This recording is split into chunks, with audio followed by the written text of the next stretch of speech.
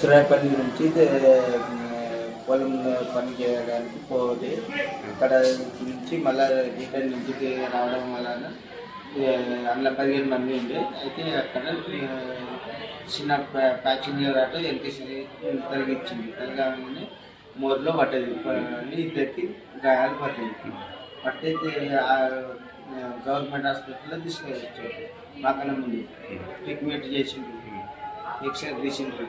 తీసి మళ్ళీ బెడ్ ఆగకపోతే బయటకి తీసుకుపోతామని కలుస్తుంది. అంటే వీళ్ళు ఏ ఊరు ఎక్కడికి వెళ్ళి ఎందుకు? సురాయపల్లి కొట్టాలగడ్డ తండ లింగంపేట మండలం.